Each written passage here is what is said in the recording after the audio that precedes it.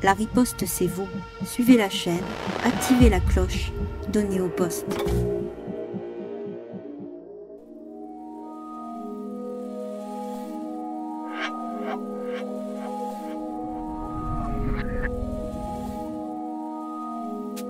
Soutenez-nous sur auposte.fr.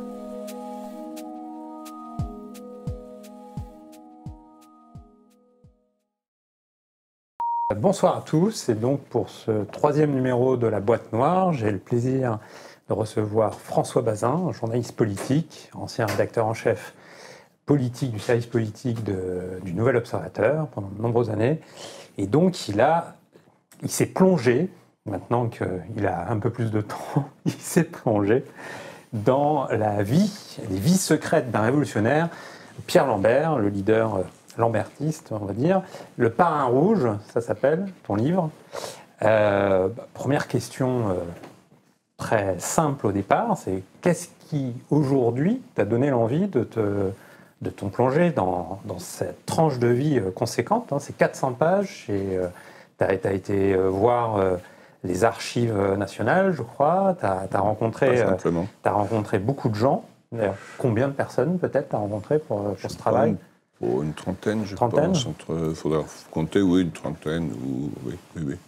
Donc voilà, qu'est-ce qui t'a donné comme toujours, la curiosité. Lambert, c'est un mythe. Encore, il est mort maintenant il y a plus de 15 2008, ans. Ouais. Et Lambert, le lambertisme, dans les papiers, régulièrement, le mot revient. Après tout, qui c'était ce Lambert ? Et il n'y avait rien, ou presque rien sur lui. Donc j'avais envie d'aller regarder. Et en plus, avec peut-être l'intuition que cet homme était aussi un homme miroir. C'est-à-dire que suivre sa vie, c'était suivre quand même sur la longue distance ce qu'avait été une certaine gauche dans les années 30, 50, 70, 80, 90. Lambert est né en 1920, il est mort en 2007 et il avait pris sa première carte à 13 ans.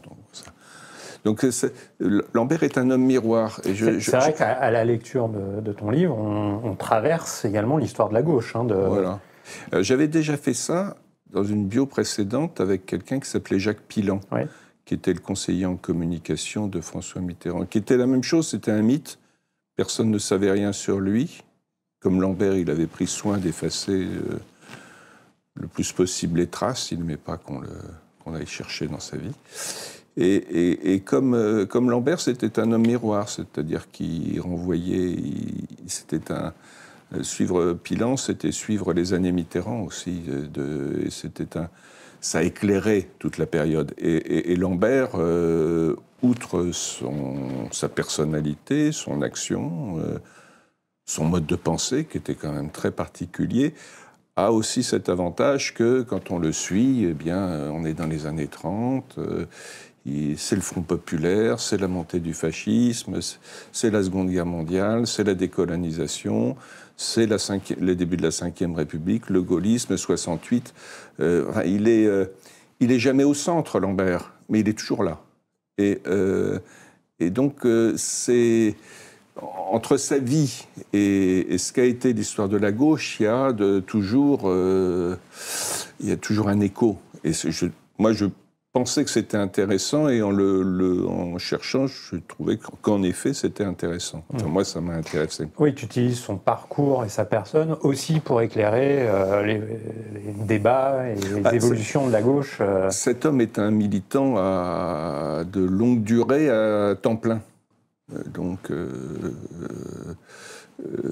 écrire sa bio, c'est écrire une histoire de la gauche, ou d'une certaine gauche, mais c'est pas quelqu'un qui avait pas de hobby, c'est pas quelqu'un qui avait une vie privée. Et tu dis qu'il s'intéressait à l'histoire avant tout, à l'histoire politique d'ailleurs.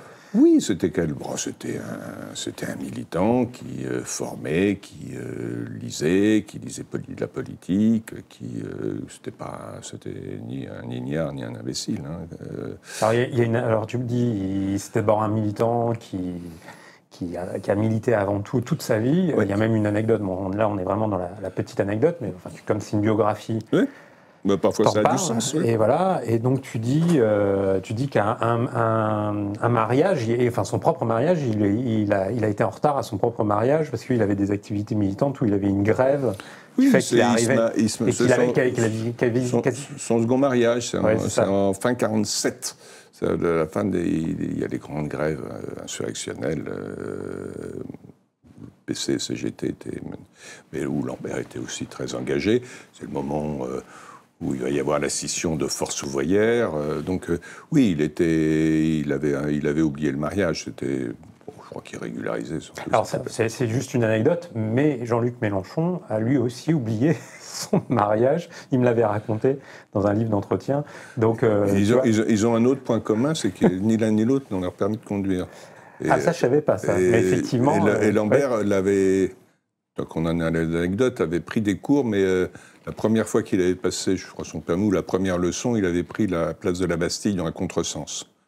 Oui, j'ai lu ça. Donc il avait considéré que c'était pas la peine d'insister. Tu parles de... Là, tu as évoqué 58 oui. Et De Gaulle. Oui. T'expliques que c'est un moment charnière, d'ailleurs, dans la vie militante de Lambert. Oui. Et alors, pour introduire, là, je vais citer deux propos qu'il a écrits dans une publication qui s'appelle La Vérité. Il disait à l'époque, la social-démocratie est au cœur de la crise française. Et par rapport à l'arrivée au pouvoir de Gaulle, il a écrit, le pouvoir personnel vise à démanteler le mouvement ouvrier.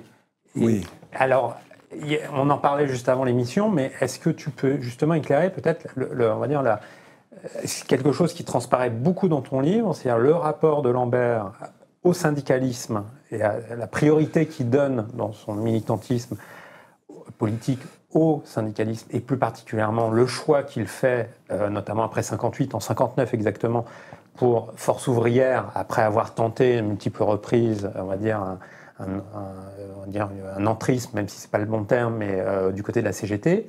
Et pourquoi il fait ce choix de FO à ce moment-là? Et également, pourquoi cet intérêt pour la social-démocratie par rapport à d'autres traditions d'extrême gauche vis-à-vis du PC, notamment à l'époque? Il y a beaucoup de choses dans ta question. Je vais revenir un tout petit peu en arrière. C'est-à-dire que la passion syndicale de Lambert, elle date de l'immédiate après-guerre. À la Libération, il est un militant CGT qui monte dans l'appareil de la CGT, chez les jeunes. Et cette carrière est interrompue officiellement parce que son parti lui avait dit que c'était trop dangereux de faire parce qu'il ne s'affichait pas comme trotskiste.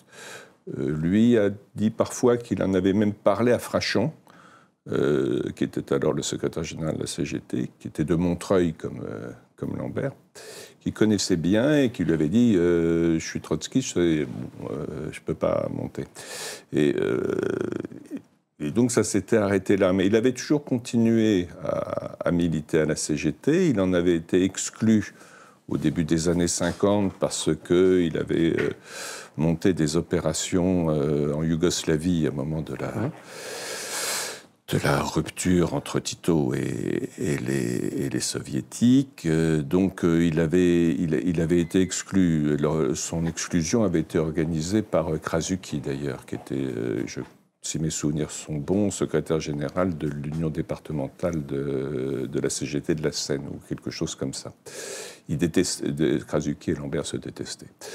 Et donc, Frachon lui avait rendu sa carte en 1954. Donc, pour Lambert, aller dans le syndicat, travailler dans le syndicat, c'était très important, ce qui n'était pas le cas pour tous les trotskistes.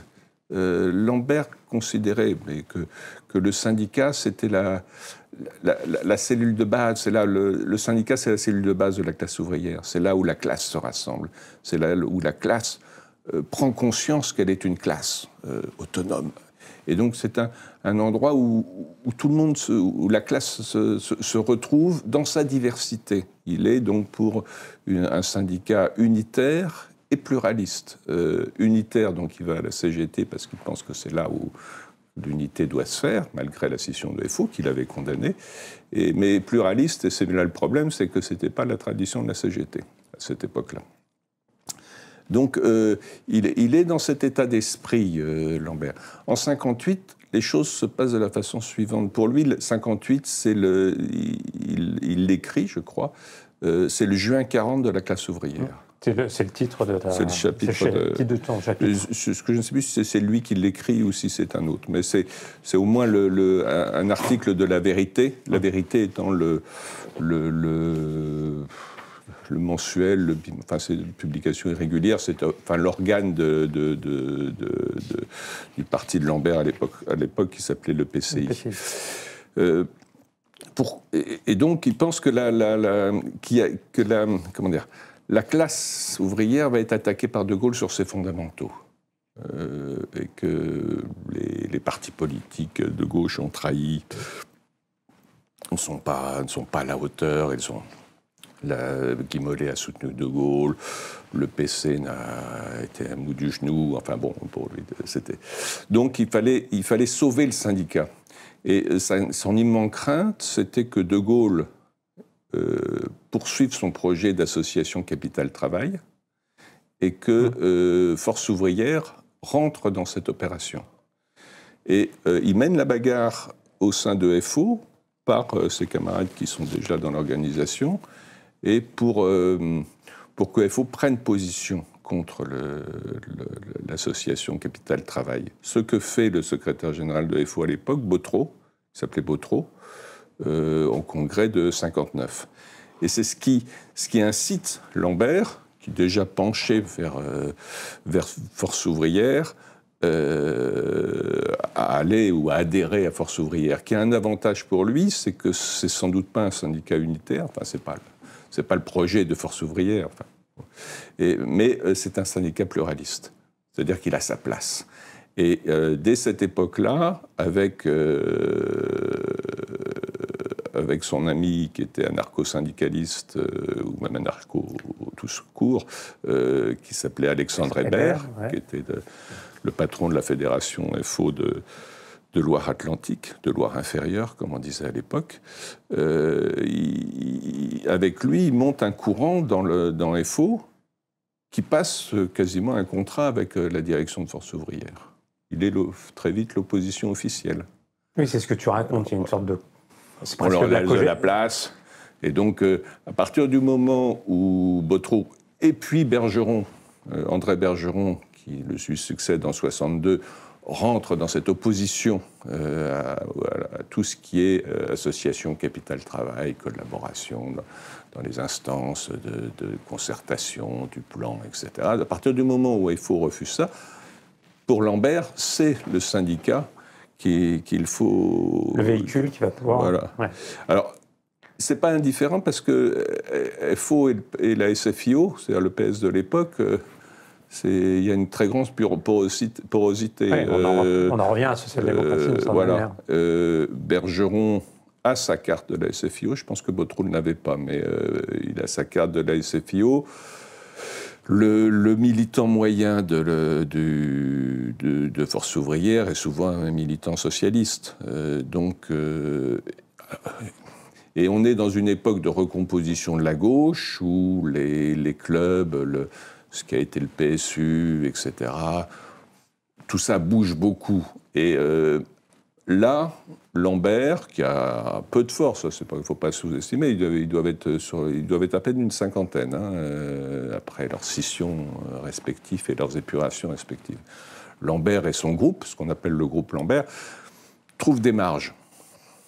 Et commencent à se réinstaller si ce n'est pas au centre du dispositif, mais trouvent leur place dans un dispositif qui n'est pas le dispositif de communiste, CGTFO, mais qui est un dispositif socialiste au sens large, avec parfois des anarchistes, parfois des syndicalistes révolutionnaires, enfin un peu tout le monde. Et donc il trouve sa place à ce moment-là. Et c'est là où sont ses premiers points d'appui, c'est à partir de ça qui va créer ce que deviendra l'OCI, puis enfin, ça change de nom tous les 10 ans, donc ça peut... Mais ce que sera l'organisation lambertiste, à partir de pas grand-chose, d'une poignée de militants. Et ça c'est frappant, hein. Ils sont peu nombreux après la guerre notamment, enfin, c'est vraiment... Après la guerre, ils sont... À la Libération, si. Ils doivent être un millier. Je ne sais plus, j'ai plus les chiffres exactement en tête. Bon, d'abord, un militant trotskiste de cette époque, c'est pas un militant à quart de temps. Hein. C'est des militants à plein temps. Donc, ils ont une activité, ils sont toujours là, ils ont une présence. Donc, oui, c'est un engagement. C'est un engagement.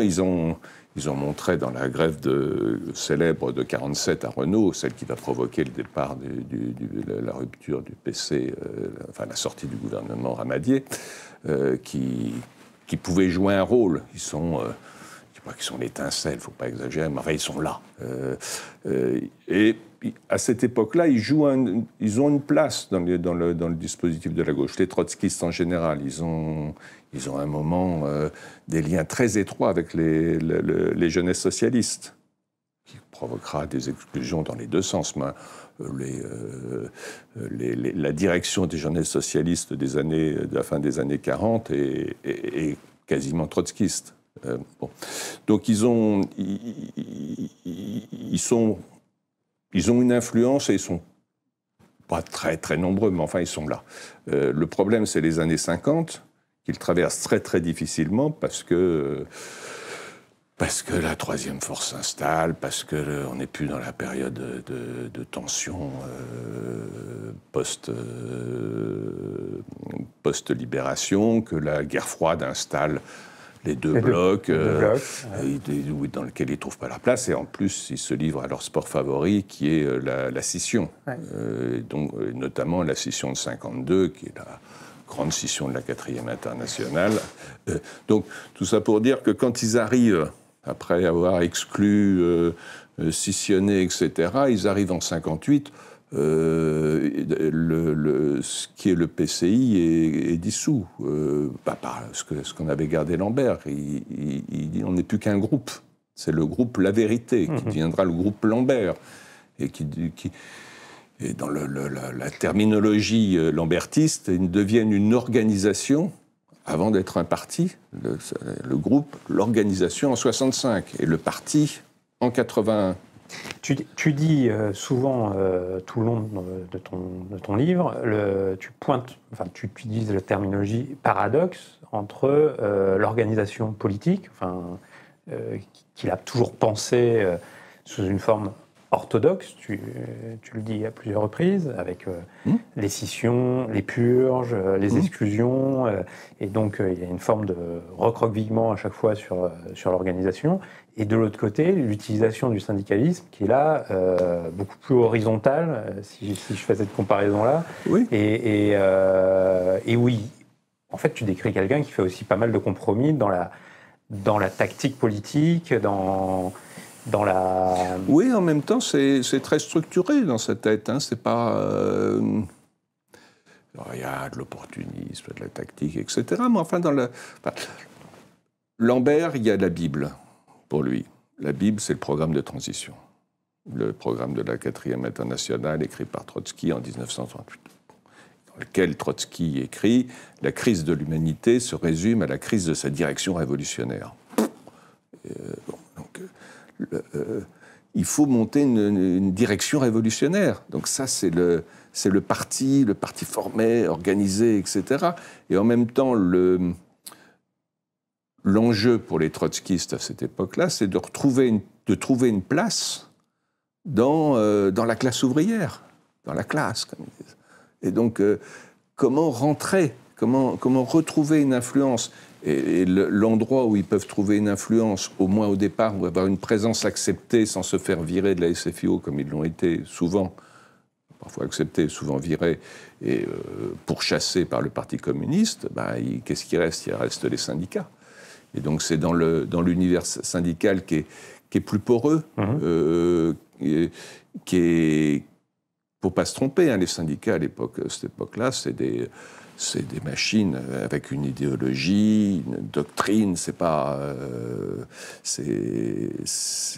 rien, surtout dans la tradition française, qui est une tradition où la tradition syndicaliste révolutionnaire quand même est assez forte, si ce n'est l'organisation, mais au moins le tempérament.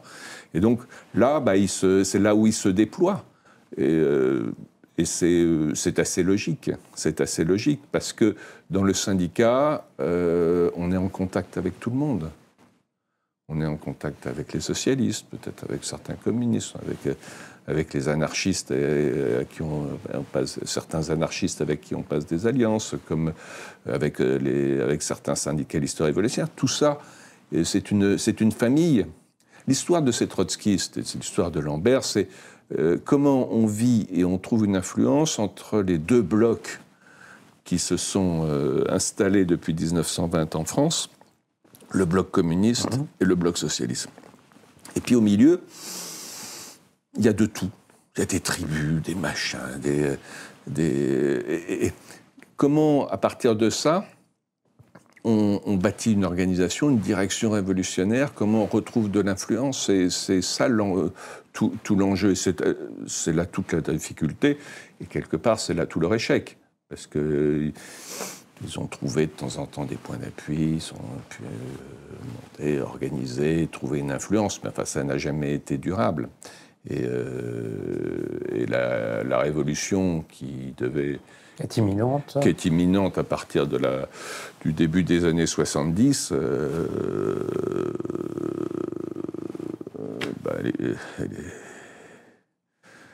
on a bien vu qu'elle n'avait pas eu lieu. On reviendra sur ce constat d'échec, mais tu disais, là, tu commences à évoquer les liens SFIO, FO, le syndicat, les militants socialistes, mais c'est quelque chose que Lambert connaissait dans sa jeunesse, ou en tout cas sa jeunesse politique, parce qu'il commence à militer très tôt, je crois, 13 ans.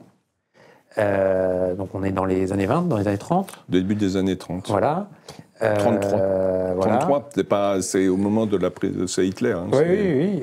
Tu remets bien ça en perspective, d'autant plus que donc, tu entres en détail sur le milieu familial de Lambert, pauvre, d'origine juive. On va raconter. Raconte-nous le décor familial à l'époque. Ce sont une famille de juifs de Biélorussie, c'est-à-dire qu'à cette époque-là de l'Empire russe, son père et ses frères, souvent avant lui ou avec lui, partent au début du XXe siècle. Lui, le père de Lambert, il sert Lambert et part après 1905. Est-ce que c'est pour des raisons politiques? On dit qu'il était révolutionnaire, ce qui était possible. Bon, puis l'antisémitisme, les persécutions, la misère. C'est des gens. Un de ses frères continuera jusqu'au Québec. Ils sont fourreurs, ils sont tailleurs. Et lui, Saint-Lambert, arrive à Paris. Sa femme le rejoint après avec ses premiers enfants. Et il s'installe à Paris. Lambert, lui, est l'enfant tardif. Il est né en 1920. Avec un drame chez lui, c'est que son père souffrait d'une maladie mentale, psychose paranoïde, qui est un truc terrible, effrayant pour les enfants, etc., qui finira interné. Donc son père est... comment dire, je ne dis pas qu'il n'existe pas, mais il n'existe que comme une figure effrayante. Donc il est élevé par sa mère, qui est petite dame très fatiguée, qui est donc pas élevée par ses sœurs. Enfin bon. Et il s'installe à Montreuil. D'abord dans le bas Montreuil. D'ailleurs, dans les années, début des années 20, le bas Montreuil, c'est la zone, vraiment la zone. puis après dans le centre de Montreuil. Mais c'est vraiment la pauvreté. Hein. Oh oui, c'est la misère noire, hein, c'est une misère. Il a connu ça, Lambert. Il s'appelait, enfin, son vrai nom, c'est Pierre Boussel. Alors d'ailleurs, tu utilises le nom de Pierre Boussel jusqu'à... Voilà, Pierre Boussel. Quand son pseudo et lui, Lambert, vit dans ce petit milieu de Montreuil à l'époque, avec ses potes. C'est un gamin de la rue, de l'école. C'est l'école et la rue. Il a pour copains des gens comme Gilbert Trigano, le futur patron du Club Med. Tu cites Gilbert Trigano, oui, ou des gens qui sont moins connus, qu'un type qui s'appelait Jacques Grimblat, qui a été un patron, un des responsables de la FNAC après avoir été trotskiste.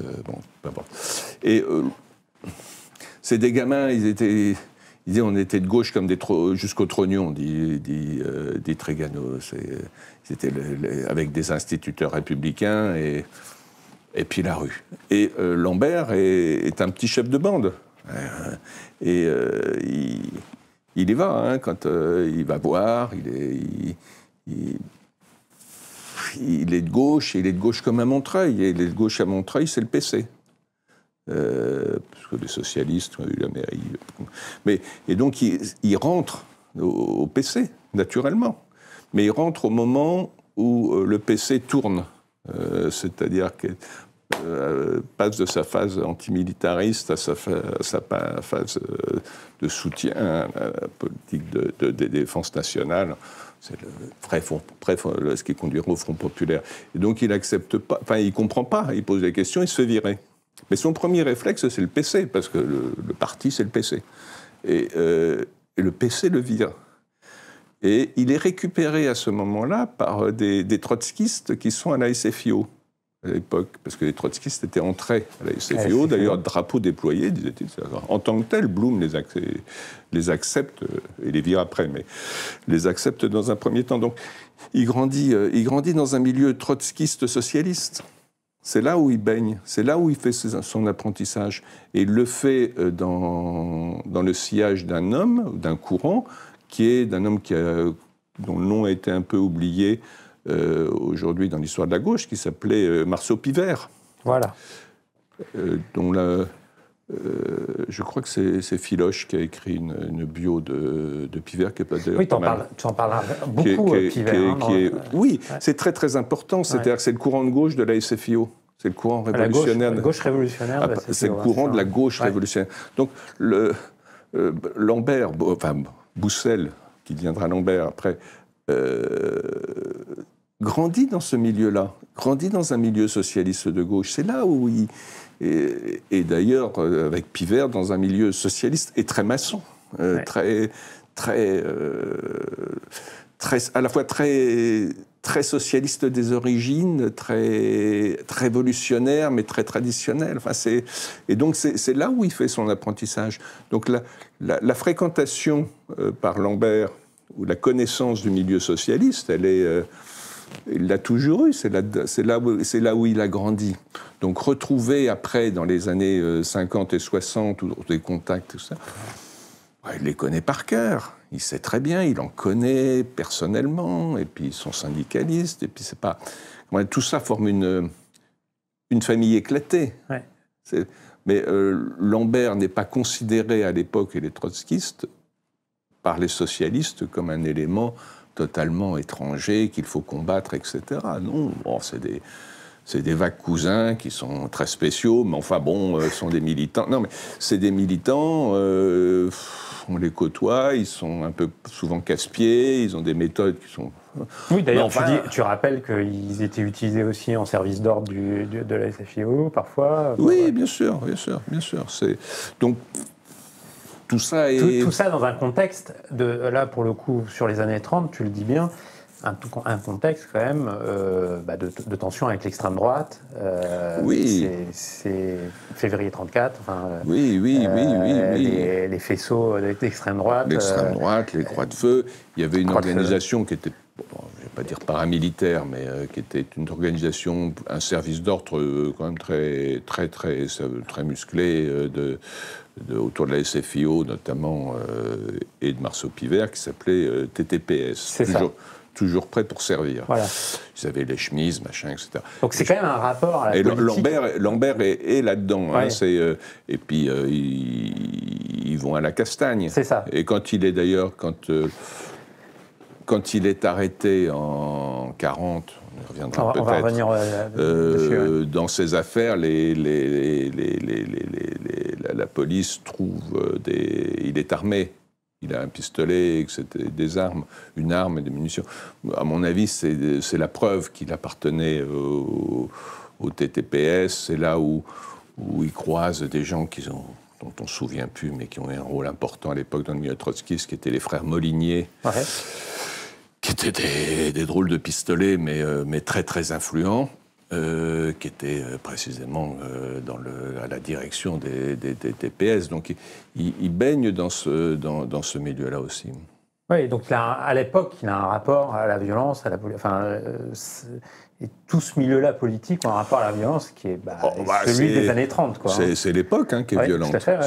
L'époque est très très violente. D'ailleurs, la rupture de Lambert avec la SFIO, c'est au moment de la fusillade de Clichy, qui est un épisode au moment où ça se passe en 1938, les croix de feu, je crois, où le PSF, je pense à l'époque, parti d'extrême droite, tient un meeting à Clichy, qui est une ville très, très rouge à l'époque. Et donc il y a une contre-manifestation qui est organisée, et les gardes mobiles sont là, par provocation, enfin ils tirent, et il y a plusieurs morts. Et c'est la police qui a tiré. Le ministre de l'Intérieur à l'époque, qui s'appelle Max Dormoy, est socialiste. Donc le choc entre pour des militants comme Lambert, rester à la SFIO à cette époque-là, d'autant que le Blum a tourné beaucoup affadi son programme et sa pratique. Donc ils s'en vont, mais ils rompent avec la SFIO là-dessus. Alors tu commençais à évoquer le fameux épisode, qui fait d'ailleurs partie, on va dire, du mythe à l'extrême gauche, l'épisode de son arrestation en 1940. Donc où il est poursuivi par la police française, je crois au printemps 1940. Donc, au janvier, février. Non, plutôt dans l'année, mais en tout cas avant. Il est condamné en mai 1940. Voilà, c'est ça. Donc avant la débâcle, mais il est poursuivi pour défaitisme. Donc le fait de ne pas contribuer à la mobilisation contre l'ennemi allemand, on va dire. Et donc, là, ça va très loin, parce qu'il y a alors, tu racontes ça en détail, parce que tu as eu accès au dossier judiciaire de l'époque. L'histoire est intéressante, et marquante pour Lambert, parce que il sera l'objet derrière d'une diffamation qu'il a suivie toute sa vie. Il a été dit, écrit, répété, à foison. On retrouve cette accusation dans les livres, dans des thèses, partout, qu'il aurait plié devant les flics et qu'il se serait couché. Et que c'était une balance et qu'il n'aurait pas assumé. Il n'aurait pas assumé, etc. Et c'est un truc qu'il a suivi pendant très très longtemps, enfin toute sa vie, où ça revenait. Et lui traitait ça par le mépris, etc. Et toi, tu contredis cela très clairement. C'est-à-dire que moi j'ai fait ce que sur une dose qui... T'as été voir les archives. Oui, c'est-à-dire que fallait regarder le dossier d'instruction. Or on me l'a fourni. Et l'ensemble du dossier d'instruction, vachement très très intéressant, avec tous les interrogatoires, parce que c'est une affaire qui concerne une vingtaine de personnes, qui n'est pas loin de la direction du groupe de Lambert de cette époque-là. C'est un truc qui aurait pu les décapiter complètement. Et on voit bien comment les choses se passent, comment il se défend, mais il assume entièrement. L'affaire m'a intéressé, parce qu'elle est intéressante en soi, parce que comment ça se passe, avec qui, qu'est-ce que demandent les flics, tout ça c'est toujours très intéressant, voir comment Et notamment, c'est intéressant de voir un autre élément, la répression sur ces mouvements-là, oui. Qu'on retrouvera ensuite, par la suite, d'ailleurs en 58 aussi. Oui, c'est une époque où, de toute façon, le PC, les députés PC sont en prison. Après le pacte germano-soviétique, mais les dirigeants socialistes de gauche le sont également. Ouais. Hein, les anciens les anciens pivertistes, tout ça. Il y a beaucoup de monde en prison à ce moment-là. Lui, il est aussi. Mais l'affaire est intéressante parce que c'est un truc qui marquera souvent toute sa vie, Lambert. C'est-à-dire il y a quelques histoires qui ont été racontées sur lui, qui sont pas à son honneur et qui souvent sont fausses. Et ça, la principale, son procès de 40, c'est, je pense, un des apports du livre, c'est de montrer que s'il y avait une balance dans cette affaire-là, c'était pas lui. Ouais. Tu le cites en détail, t'as les documents. Tous les documents. J'ai le dossier d'instruction, tous les procès-verbaux de tout le monde, c'est très passionnant. Mais c'est des trucs qui reviennent. Et justement, là, comment t'as travaillé? On t'a fourni, t'as été voir les archives. Mais bon, t'as recoupé avec d'autres témoignages qui ont connu l'époque. Non, sur 40, il n'y a personne. Hein. D'accord, donc là c'est principalement... En fait, tu as fait un travail d'historien quasiment, là, d'une certaine manière. Oui, parce que sur ce procès de 40, ce qui était intéressant, c'était de voir ce qui avait été écrit après, sur comment vivait la calomnie, hein, et par certains témoins, comment Lambert en parlait. Il en parle dans la grande interview, je ne sais pas, mais il fait une grande interview à la fin de sa vie auprès de Jean Birnbaum sur France Culture. Non. Il n'en parle pas de cet épisode-là. Hein. Non. D'accord. Mais on peut reparler de cette interview qui est très très intéressante parce qu'on entend la voix de Lambert, tu cites régulièrement, qui est très bien faite, etc. Mais elle ne dure pas très longtemps et Jean Birnbaum le raconterait mieux que moi. Les conditions dans lesquelles c'est fait, il a fallu quand même forcer la porte. Ça a été difficile. Ouais. Ça a été facile, mais il a lâché quelques trucs dans l'interview. C'est très très intéressant. Mais je reviens sur Lambert parce que c'est un truc qui revient toute sa vie. C'est-à-dire qu'il y a quelques moments clés de son histoire où on l'accuse, on le met en cause. Et c'est souvent faux. Par exemple, c'est pas une accusation, mais son adhésion à FO, qui est jamais comprise, jamais expliquée, qui est toujours racontée sous l'angle du pur opportunisme, me semble fausse quand on regarde les pièces, quand on remet dans le contexte.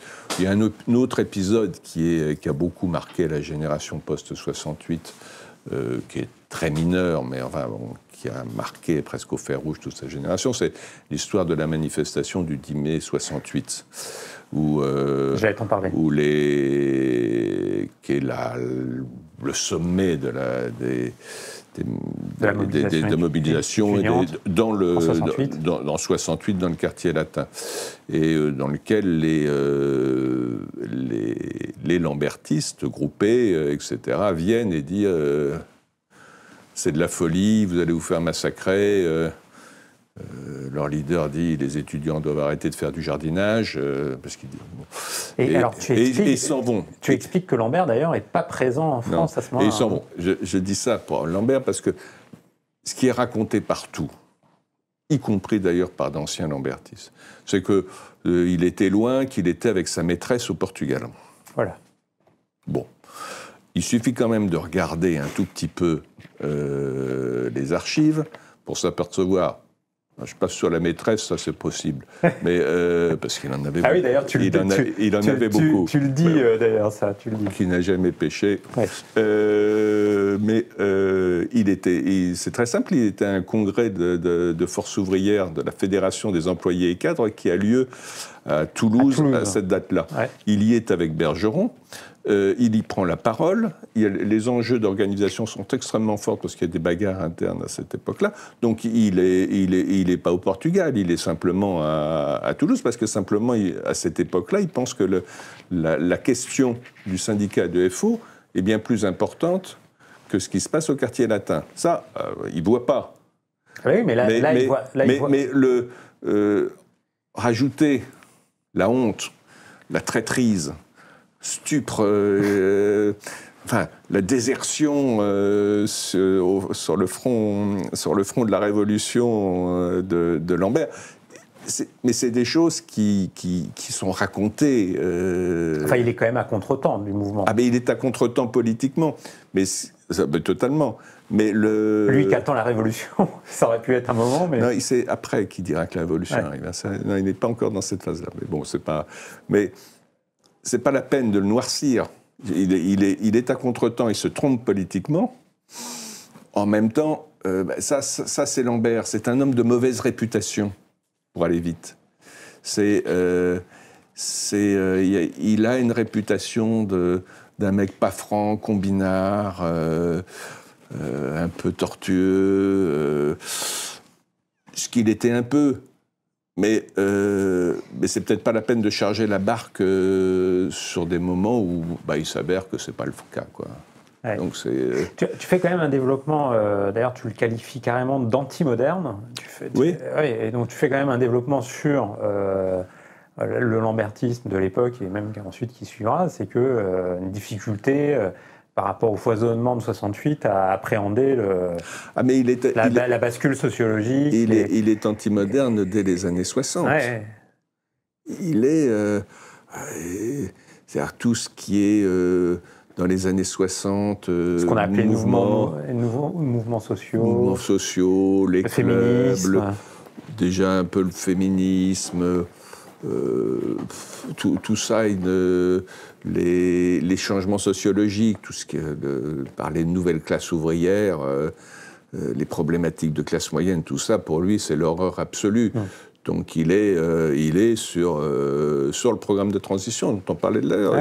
Et Trotsky ayant écrit que les forces productives avaient cessé de croître, Lambert et ses amis défendaient mordicus que dans les années 60, y compris dans les années 60, que les forces productives, en effet, avaient cessé de croître. On était en pleine Trente Glorieuses, c'était difficilement défendable. Alors bon, il théorisait en disant que il y avait une croissance mondiale, etc. Oui, simplement parce que c'était l'armement, donc c'était pas des forces productives, mais c'est des forces destructrices. Enfin bon, ils avaient un talent formidable pour plaider l'implaidable. Mais comment l'évolution du monde et l'évolution des événements sociologiques de la France, etc., il avait par principe quand même de pas les regarder ou de pas les accepter. Et donc en cela, il est très... C'est un orthodoxe, hein. Oui, et d'ailleurs, il qualifie aussi ces mouvements-là de gauchisme dégénéré. Ça c'est après. Alors après, il est encore plus déchaîné, après 68, contre les gauchistes dégénérés. Mouvement spontanéiste, tout ça. Mouvement spontanéiste, étudiants. Ouais. Mais d'ailleurs, c'est aussi une des explications à 68 sur le 10 mai, c'est-à-dire qu'il considère qu'un mouvement étudiant ne peut pas être un mouvement révolutionnaire. Et quand ça repart, le scontant des 68, le 13 mai, où ça devient vraiment un mouvement social, c'est déclenché, ça part de Nantes, où c'est un militant lambertiste, Roqueton, qui lance à Sud Aviation, le mouvement qui se transformera en grève générale. Ouais, et là, c'est très intéressant, parce que là, pour le coup, les lambertistes et Lambert lui-même jouent un rôle dans cette jonction avec les usines, les syndicats. Mais parce que pour Lambert, on ne fait pas une révolution avec des étudiants, avec des petits bourgeois. Ils y ont leur place, etc. Mais ça se fait avec le prolétariat, avec une difficulté dans le lien avec les syndicats à ce moment-là, parce que quand même le projet lambertiste, c'est de déborder les organisations syndicales dans lesquelles précisément Lambert a des intérêts. Mais ça, c'est une autre affaire. Mais ce qu'il ne voit pas, dans la même veine, ce qu'il ne voit pas après 68, c'est... on va voir ce qu'il voit et ce qu'il ne voit pas. Il ne voit pas les changements sociaux, il ne voit pas les nouveaux mouvements féministes, il ne voit pas, tout le mouvement homosexuel, il ne voit pas l'écologie, tout ça pour lui, l'autogestion pour lui, c'est l'horreur. C'est l'horreur absolue. Donc ça, il ne le voit absolument pas. En revanche, il voit le mouvement politique. Il voit que les organisations post-68 art, ça ne durera pas. Que le fleuve reviendra dans son lit des organisations traditionnelles. Et donc il anticipe l'union de la gauche. Enfin, il plaide pour ça en plus, mais il se met dans ce mouvement-là. La Ligue communiste pense à ce moment-là, au début des années 70, que le PS est mort, qui sera bouffé avec le programme commun par le PC, que ce n'est pas la peine de s'en occuper. Lambert, après un moment d'hésitation, joue Mitterrand. Oui, c'est vrai. Joue Mitterrand. Et il voit un autre truc, Lambert. Enfin, il voit, oui. Il est à ce moment-là, comme FO, il commence à tenir un discours qu'on dirait aujourd'hui républicain, qu'on commence à voir poindre, notamment sur l'école, contre les nouvelles pédagogies.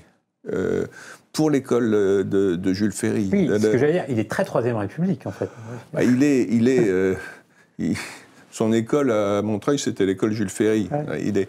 Il a toujours eu une conception de l'école qui est l'école émancipatrice par l'instruction, avec le maître. Ça a toujours été ça. Et donc les expérimentations, les nouvelles pédagogies, pour lui, c'est l'horreur. Et il le dit ouvertement, d'ailleurs, plus souvent dans les congrès de FO, où Bergeron dit la même chose, où tout l'appareil de FO, qui sont des socialistes très traditionnels, disent la même chose. Et de ce point de vue-là, il est en retard, mais en avance sur un mouvement qui prendra toute l'ampleur qu'on connaît aujourd'hui, c'est-à-dire cette contestation.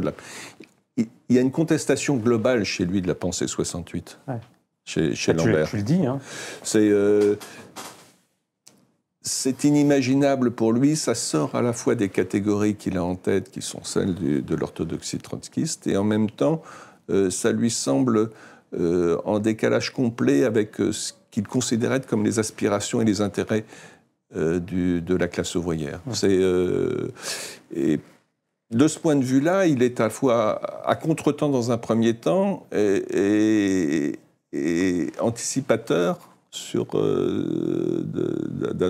autre point de vue. Oui, d'un autre point de vue. D'un autre point de vue, oui, non. Je te parle de... Oui, bien sûr. Et alors, en 69, il a sa revanche sur la soirée du 10 mai, on va dire, et également... Ça clôt la période. Et sur 58, d'ailleurs, parce que grâce à FO, j'y vais à toute vitesse, là, mais... Ouais. J'y vais un peu vite, mais entre autres, enfin en tout cas, il va pousser pour le non au référendum proposé par De Gaulle, et donc il participe, d'une certaine manière, à l'échec gaulliste. Alors j'y vais très vite là, mais c'est Lambert et ses amis ont magnifié cet épisode. Ouais. On a presque l'impression que c'est Lambert qui a fait tomber De Gaulle. À les écouter. Tu dis tombeur du général. Hein, quand même. Oui. J'ai pas mis de point d'interrogation. Non. C'est tombeur du général. C'est un titre. Voilà. C'est un titre. Faut pas exagérer. Il est en même temps. Il pousse FO. Alors en même temps, FO allié un peu dans ce sens-là, mais à voter non à ce référendum. C'est important. Pour FO, parce que FO ne prend jamais position sur les élections, d'habitude. Et là, il fait comprendre à Bergeron, qu'il avait compris un peu lui-même d'ailleurs, que l'objet du référendum, c'était quand même une résurgence de l'association Capital-Travail. C'est-à-dire que ça faisait sortir le syndicat de son rôle traditionnel, puisque ça associait les syndicats, notamment dans la chambre qui devait remplacer le Sénat, les syndicats en tant que tels devaient être représentés. Et pour ça, c'était pour Lambert et in fine pour Bergeron et les responsables de FO, une atteinte à ce qui est pour eux l'essentiel, c'est-à-dire l'indépendance syndicale. Et alors, je dis que Lambert a contribué à un mouvement qui était déjà parti. C'est-à-dire que Bergeron, qui avait un congrès, mais qui voulait... Il ne savait pas très bien comment... il sentait bien que sa base était plutôt refuser le projet gaulliste, mais en même temps, la prise de position dans une élection sortait vraiment des traditions de FO. Donc il y avait une difficulté. Donc ils ont monté dans un truc d'appareil très bien fait, d'ailleurs, avec Lambert, où c'est Lambert qui, dans le Congrès, a fait le travail, a dégagé d'emblée la voie pour le non, avec sa première intervention qui a déblayé le terrain. C'est-à-dire que Bergeron l'a utilisé, l'a laissé faire. Bon, donc il a joué un rôle, mais de là en faire le tombeur de Gaulle, je pense que c'est allé un peu loin en besogne. Je pense que Georges Pompidou a joué un rôle plus important que Lambert. Alors, tu rappelais tout à l'heure qu'il fait le choix de Mitterrand, et en même temps... Pas tout de suite. Oui, pas tout de suite, mais oui, là, j'ai raccourci le temps. Mais dans le même temps, Mitterrand va s'intéresser aux lambertistes. Et tu dis d'ailleurs que, en fait, du point de vue de Lambert, il s'est fait avoir par Mitterrand, quoi. Enfin, là aussi, je vais un peu vite. Mais, malin ennemi, oui. Ouais. J'explique rapidement. Ouais. Pour Lambert, très engagé dans le mouvement de la décolonisation autour de Messali Hadj. Ah oui, on n'a pas parlé d'Algérie, mais c'est important. Pour lui, Mitterrand, c'est l'horreur. C'est le ministre de l'Intérieur, etc. C'est le colonialiste. C'est le colonialiste, le politicien bourgeois. Pour lui, Mitterrand, Mendès France, tout ça, c'est vraiment à rejeter. Ils ne le soutiennent pas en 1965. Bon, de toute façon, ils étaient tellement faibles que ça n'aurait pas joué un grand rôle, parce que c'était encore un politicien bourgeois. Et ils reprochaient à la SFIO et au PC de ne pas avoir présenté leur propre candidat, de pas avoir que les partis ouvriers n'aient pas présenté de candidat. Mais d'avoir soutenu un politicien bourgeois. Ça, c'est bien. À partir de 1971, Mitterrand est premier secrétaire, donc il devient, je parle de lambertisme, le dirigeant d'un parti ouvrier, ce qui change le statut de Mitterrand.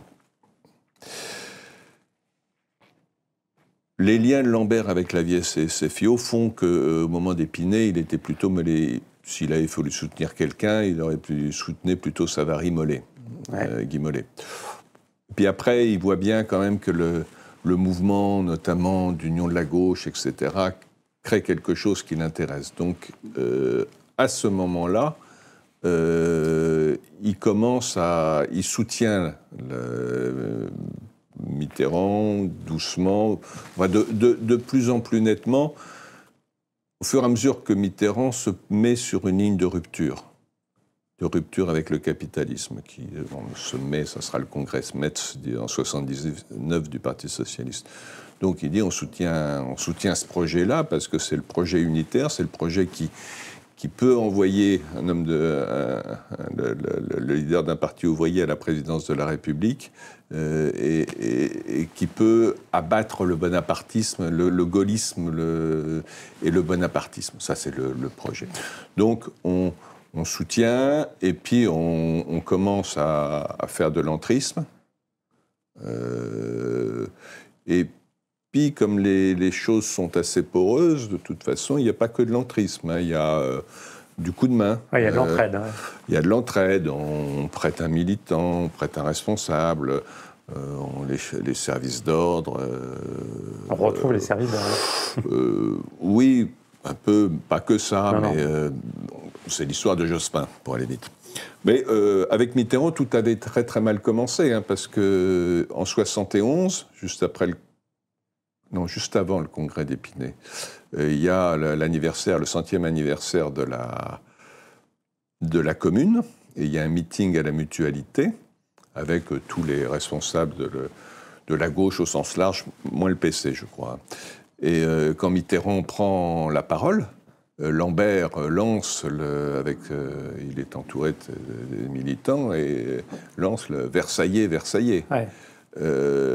Et ça, Mitterrand ne l'avait pas oublié. Hein. Mais, à un moment, leurs intérêts se rejoignent. Et pour Mitterrand, comment dire, dès le début, le destin des lambertistes est de venir au Parti socialiste. C'est là où il n'y a pas que l'entrisme. Il y a aussi la volonté. Il n'y a pas qu'une tactique ou une manipulation. Non, mais ça, on va Mitterrand prend contact quand même très vite après 71, un ou 2 ans après, ou peut-être à ce moment-là, avec un des dirigeants, des jeunes dirigeants de l'OCI de l'époque, pour lui dire « venez grouper ». Faites comme les trotskistes du temps de Léon Blum au début des années 30, venez. Votre place est dans ce grand rassemblement. Bon, Lambert refuse, parce que perte d'autonomie. Mais on voit bien que pour Mitterrand, ces militants qui sont des vrais militants, bien formés, et capables de résister au PC, notamment dans les facultés, c'est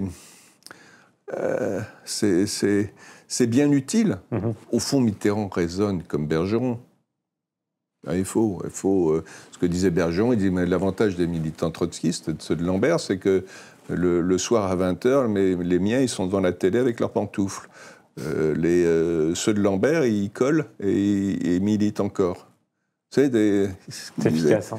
Et quelque part, Mitterrand se disait, tout, c'est...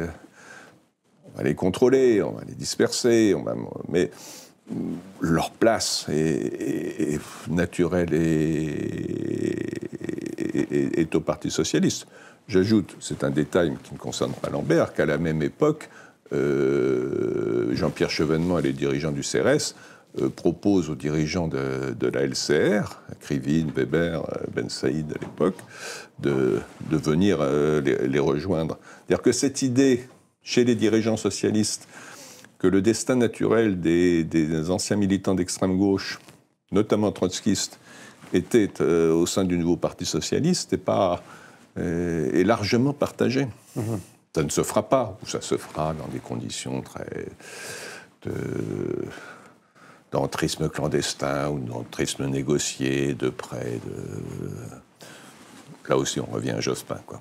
Ouais, alors, on va revenir à Jospin, mais justement, tu l'abordes à la fin, plutôt, Jospin, et forcément, et notamment sous le prisme, ce que tu appelles l'outing de Jospin, c'est-à-dire, et notamment dans toute cette période où Jospin est Premier ministre, sous la cohabitation Chirac, cohabitation avec Chirac, et tu pointes bien là le rôle de la presse, on va dire de la presse bourgeoise, on va dire, entre autres, mais sur la reprise de la rumeur sur le fait que Lionel Jospin, qui avait pourtant démenti avoir été trotskiste, je crois qu'il a fait une interview en 95. C'est pas une interview, c'est une citation dans un papier. Voilà, une citation dans un papier. Dans Le Monde. Dans Le Monde, où il dit non, qu'il n'a jamais été trotskiste, je crois, à ce moment-là. Hein. Il dit c'est pas moi, c'est mon frère. C'est là où il se piège. Et voilà. Et donc, ça, c'était pour revenir à ton constat de départ sur le mythe Lambert, parce que c'est aussi cette stratégie d'entrisme qui crée le mythe Lambert, oui. Notamment dans la presse. Oui, parce que c'est... Et puis dans la presse aussi de droite. Les lambertistes, machin, l'entrisme, voilà, ils tirent les ficelles, ils sont, etc. Le complot. Oui, la manipulation, c'est la face noire de ces petits hommes gris qui sont partout. Comment dire ? Et ça en a fait des papiers. Jospin,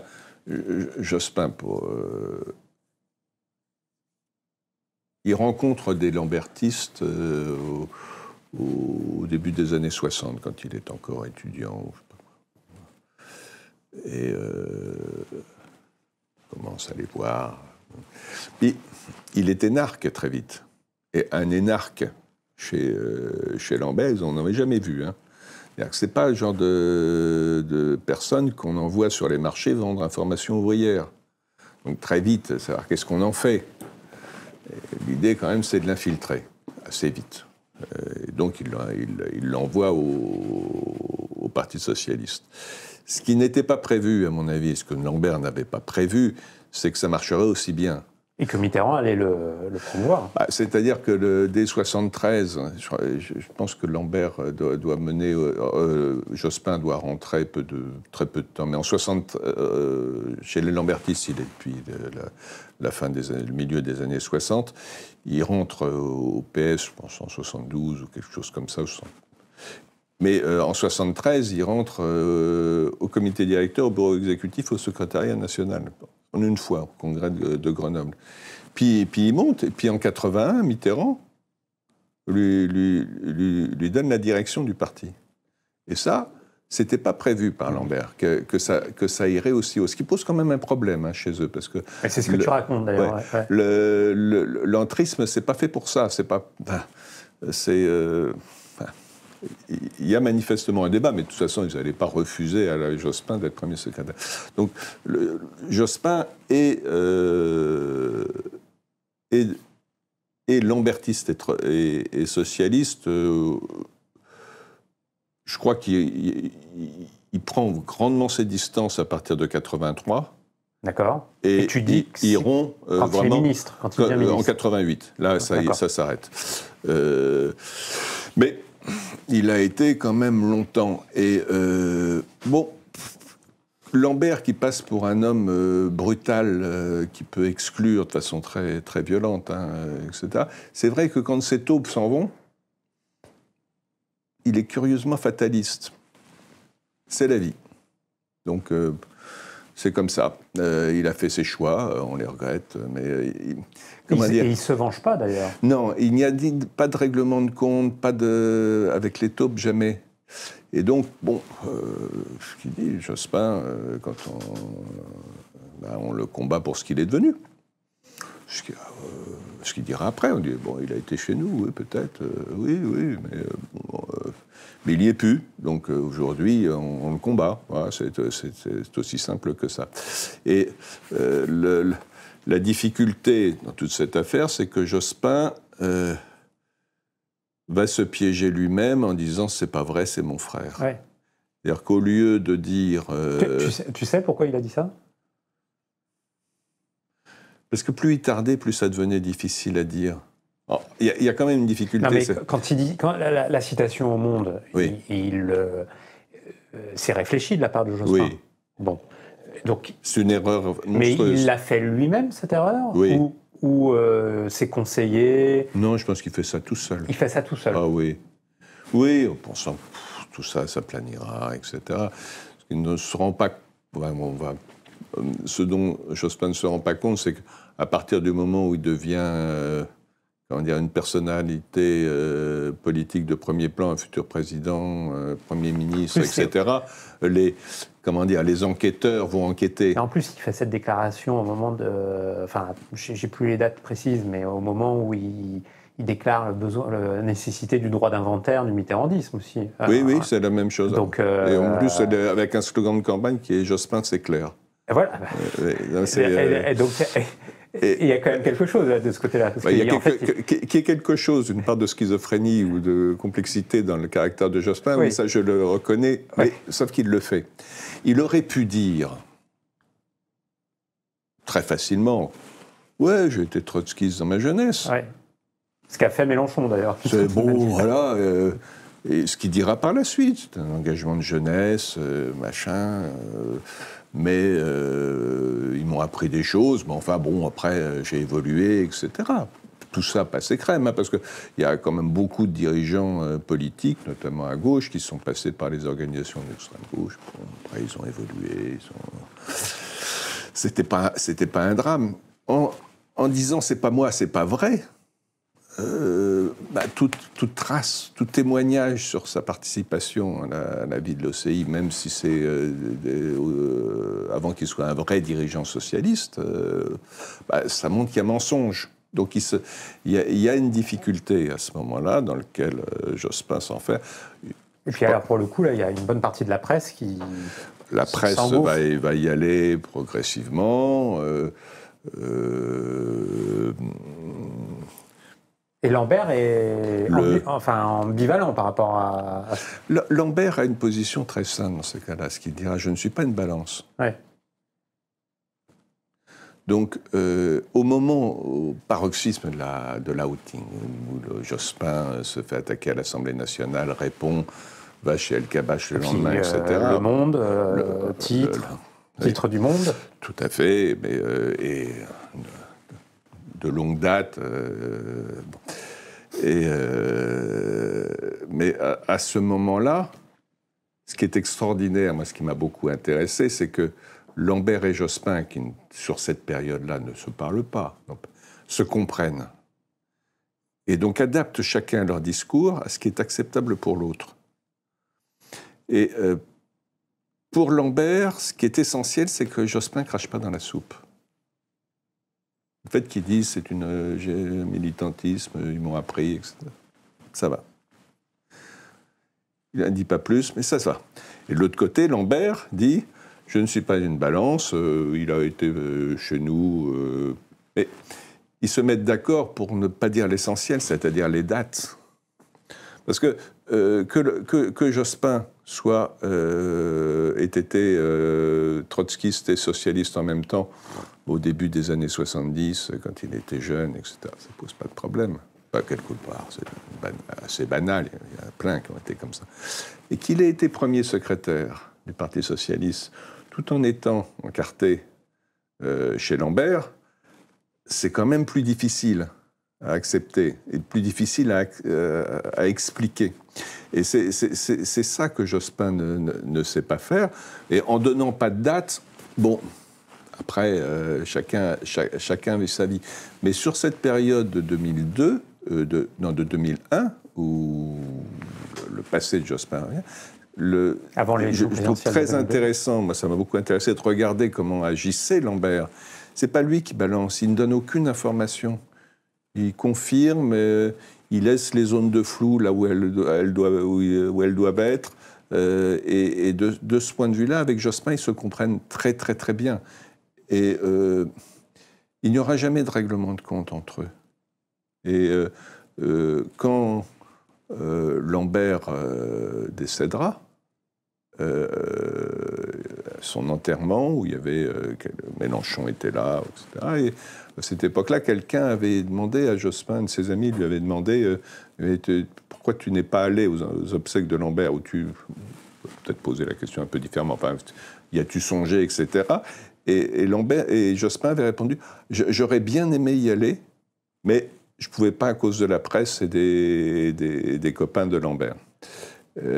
Et il n'a jamais rien dit de négatif sur Jospin, sur Lambert. Il en a parlé de façon assez intéressante, d'ailleurs, une citation que je donne à la fin du livre, parce que je la trouve très juste.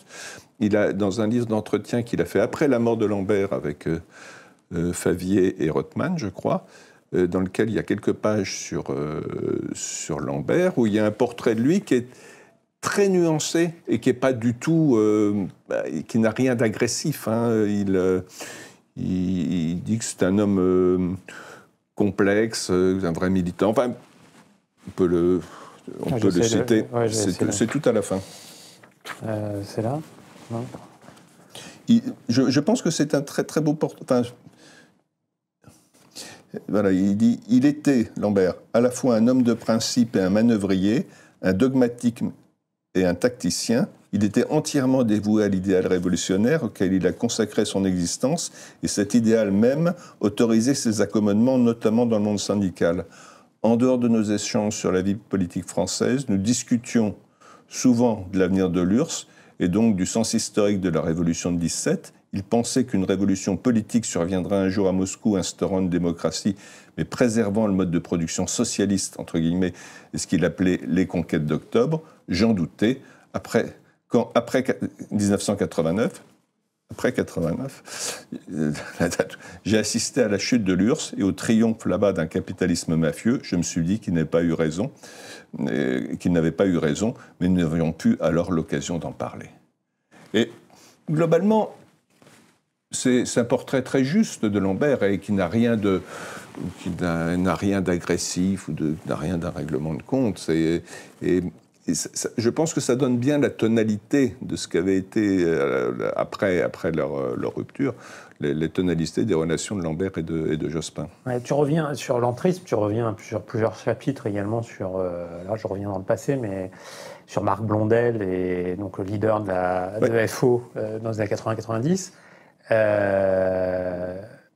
J'ai envie de te demander, finalement, peut-être qu'on reviendra sur un épisode, le mouvement social de 95, où il y a justement Blondel, il y a Lambert, tu racontes même... Chirac.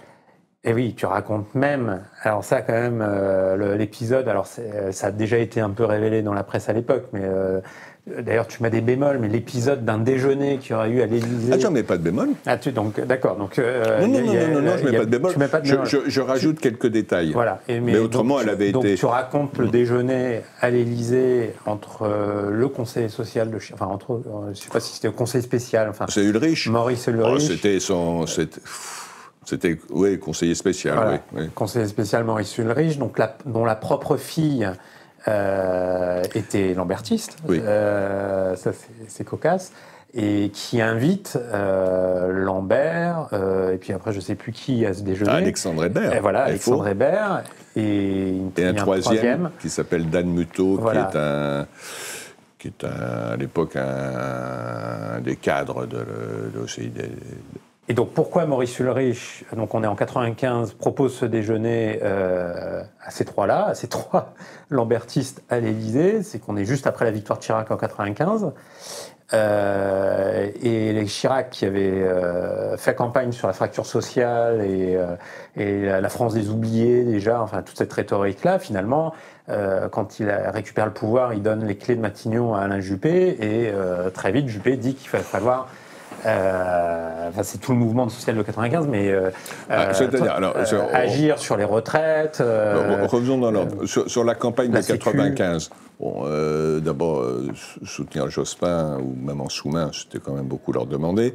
Oui, parce que c'est ce que tu racontes. Et Lambert regarde avec une certaine bienveillance, le terme est peut-être un peu fort, mais Chirac.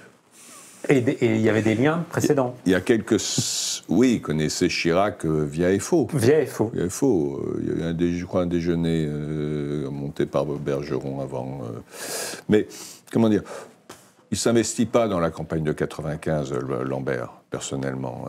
Alors, il y a dans les cercles lambertistes à cette époque-là, notamment du côté maçon, Grand Orient, dans certains secteurs proches de la libre pensée, etc., le côté Chirac, laïque,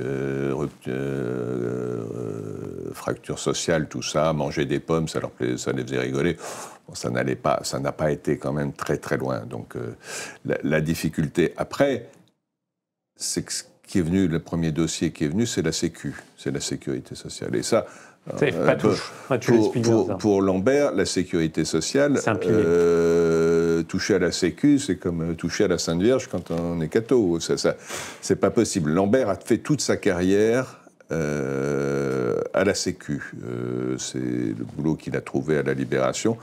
Il était inspecteur, je ne sais plus quel est le titre exact, aux allocations familiales. Il a fait toute sa carrière. Il est parti en 80 à la retraite, etc.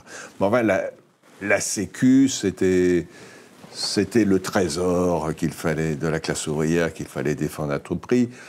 C'était là aussi où les lambertistes étaient très fortement implantés, notamment par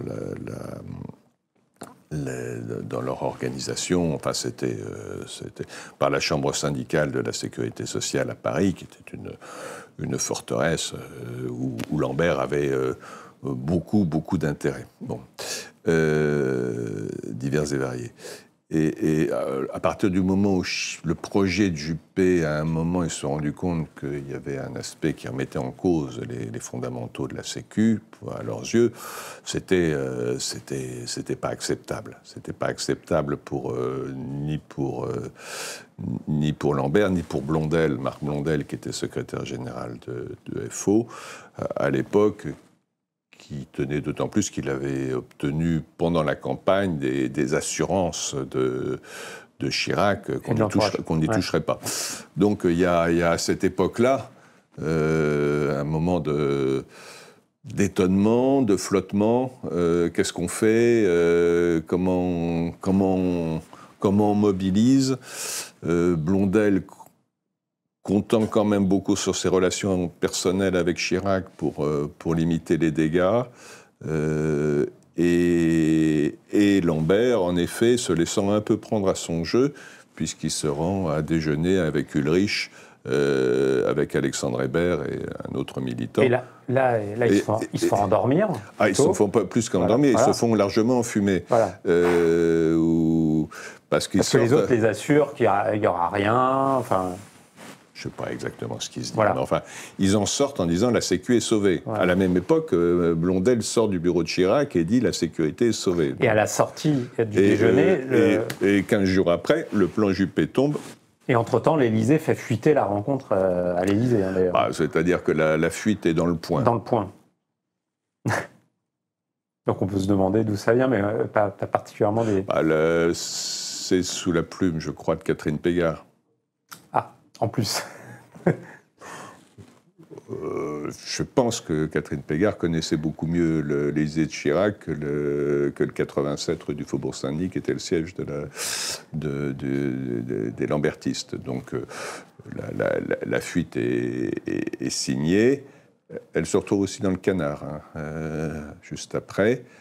Et en plus, elle a été confirmée par la suite par Hébert. C'est Hébert qui a raconté lui-même dans une interview au Télégramme, je crois, par la suite. Pour toi, ça a servi à quoi ces liens, enfin, cet entrisme dans ces différentes organisations? Est-ce que ça a servi à quelque chose, finalement? Non, parce que, à quoi ça devait servir? Voilà. Alors, on dit, une taupe pour Lambert, c'est pas une taupe de John le Carré. Oui. C'est pas pour faire de l'espionnage. C'est pas du renseignement. Lambert voyait tous les dirigeants socialistes les uns après les autres et tout le monde. Il n'avait pas besoin. Puis savoir ce qui se passait au Parti socialiste, il suffit de lire la presse. C'est quand même pas une maison. C'est une maison ouverte quand même pour l'information. Bon, peu importe. Mais la taupe pour un trotskiste, elle est, on envoie quelqu'un dans l'organisation. Pour le moment venu, pouvoir la ramener au bercail en créant de la scission dans l'organisation qu'on a infiltrée. C'est-à-dire que c'est une... Et donc, dans l'esprit de Lambert, si, après 81, il pensait qu'il y aurait un mouvement révolutionnaire, qu'il y aurait nécessairement une crise politique qui créerait un mouvement révolutionnaire, ou d'essence révolutionnaire, et qu'à ce moment-là, une taupe comme Jospin était destinée à organiser une scission dans le Parti socialiste, à affaiblir le Parti socialiste, donc encourager une réorganisation et un mouvement révolutionnaire. C'était ça son idée, qui paraît un peu bizarre, mais enfin c'était ça. Donc à partir du moment où il n'y a pas de mouvement révolutionnaire, la taupe ne sert à rien. Quoi ça sert une taupe? Donc la taupe s'est sauvée à un moment. Et la plupart des taupes de Lambert sont devenues pour beaucoup de braves dirigeants socialistes. Ça, on en connaît. Il n'y a pas que Jospin ou son parti. Oui. Certains, Lambert en a fait revenir une ou deux, mais c'était peanuts. Ça a été un échec complet. Simplement parce qu'il avait mis en place un dispositif pour un événement qui n'a pas eu lieu. Donc, alors après, il a pas envoyé que des taupes au Parti socialiste. Il a essayé un peu au PC, mais ça n'a pas vraiment marché. Il avait une présence en tant que telle syndicale très très forte à FO. Il a essayé d'infiltrer des organisations. Leur plus belle conquête, c'est la libre pensée, qui a été prise par des militants ouvertement, qui d'ailleurs ne s'en cachent pas, qui étaient lambertistes et dont ils ont pris le contrôle. C'est une époque où ils ont... à cette époque-là, la libre pensée était très, très vieillissante avec des gens un peu assoupis, donc ça n'a pas été trop difficile. Ils ont essayé un peu la même chose, ils avaient infiltré en même temps à la Ligue des droits de l'homme, mais ils avaient à la direction de la Ligue des droits de l'homme des gens plus vigoureux, et ça n'a pas marché, donc ils ont abandonné. Mais il y avait des taupes aussi au niveau international chez Lambert. Il avait des taupes, enfin des relais, il en avait dans les organisations israéliennes, je ne sais plus le nom, après le MAPAM, le Mazen, je crois, ou un truc comme ça. Ouais. Mais ils en avaient au Fatah aussi. Ils avaient des taupes au Portugal, qui étaient dans l'entourage immédiat de Mario Soares, et qui ont joué un rôle. Ils en avaient au PSOE, où ils ont à un moment contribué à mettre en minorité González avant la démocratisation. Donc Lambert aimait bien avoir tout un réseau qu'il pouvait activer. Je pense que il aimait bien, quoi. Mais globalement, le résultat est pas probant.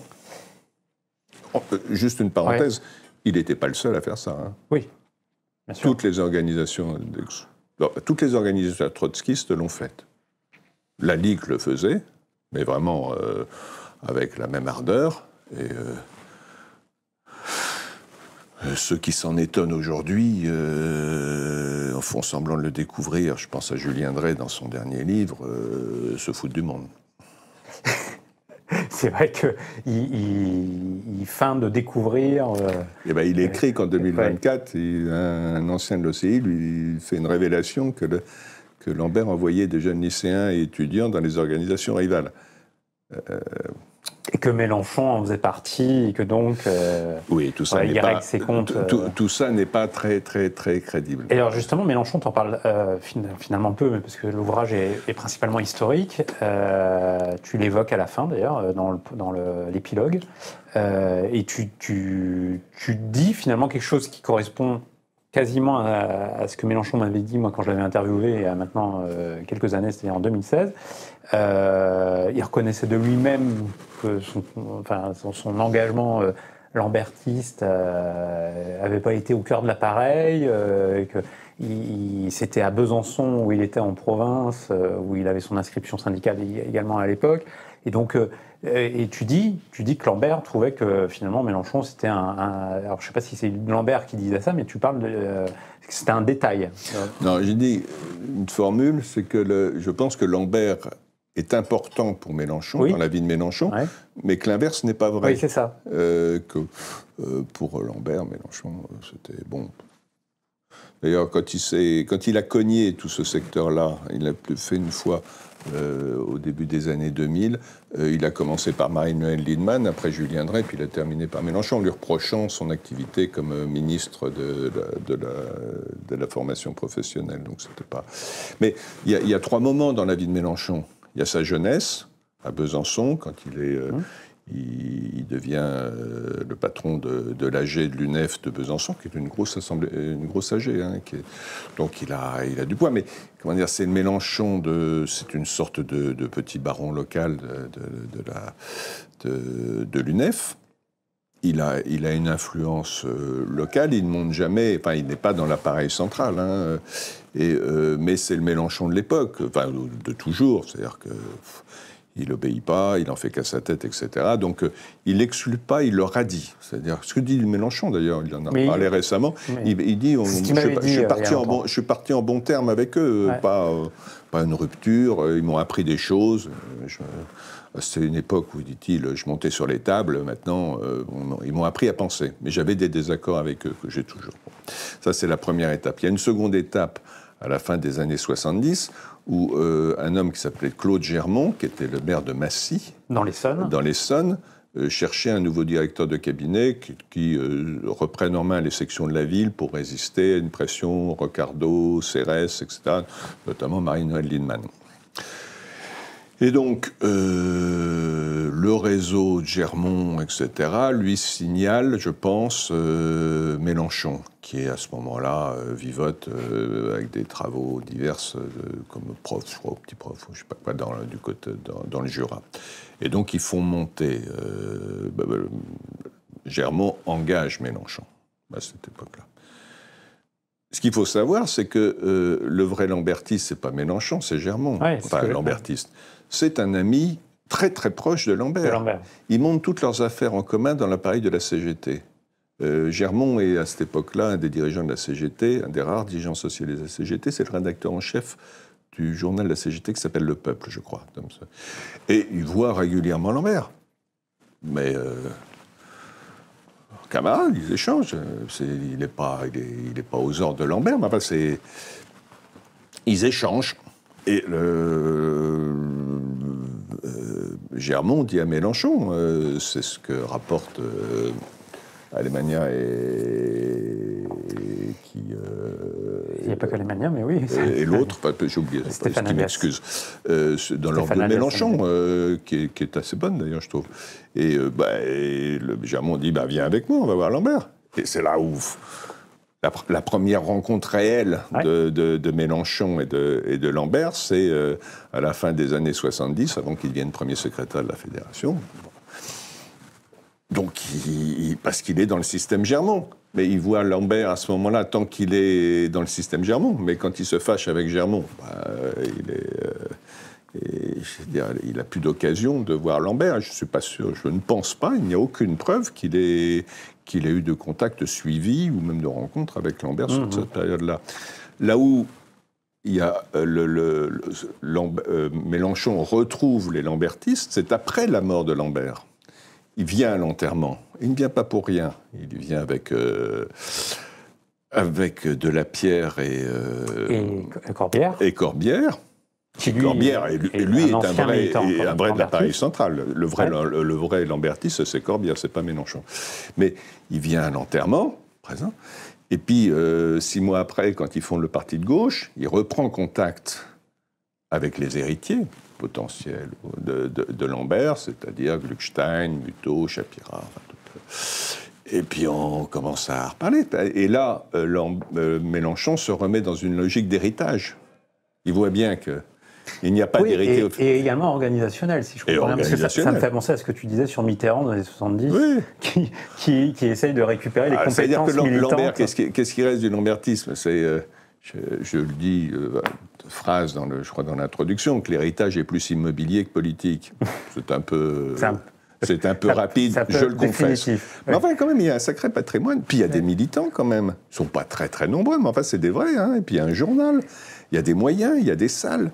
Mélenchon, il a que dalle. Donc, quelque part, se dit qu'après tout, presque se présenter sans le dire, comme c'est le vieux, le nouveau vieux. Il y avait Trotsky, il y a eu Lambert. Tu veux dire, il récupère le mythe aussi. Il récupère le mythe. Il n'en dit jamais trop, mais il laisse entendre. Il dément, mais il laisse parler, etc. Donc, voilà. Ce sont les 3 étapes de la vie de Mélenchon. Mais si on reste sur Lambert,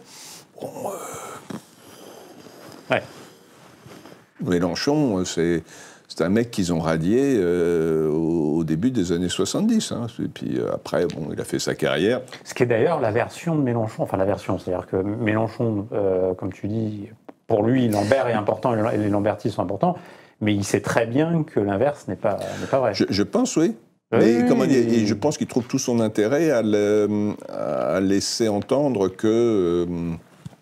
alors, en même temps, il renvoie l'ascenseur, hein, quand même. Ils ont le premier député trotskiste de France est un élu de Seine-Saint-Denis qui a été élu en 2022. C'est la première fois qu'il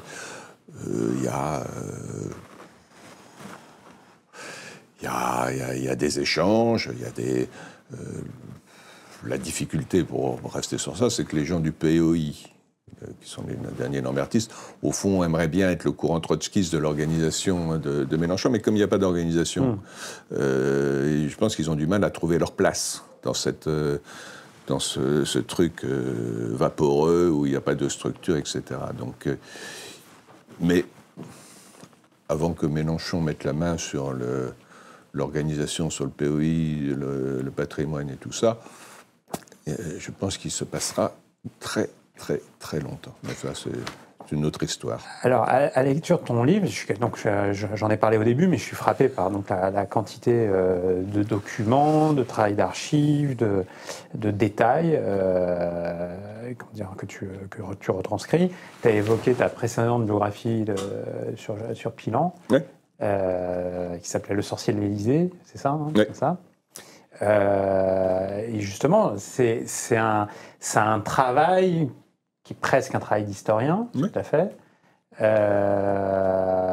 Est-ce que tu as l'impression, enfin, c'est une question avec une réponse, mais que dans le journalisme politique d'aujourd'hui, ce qui est proposé par la presse, les articles et autres, on va autant dans le fond, notamment tant idéologique que sur l'histoire politique.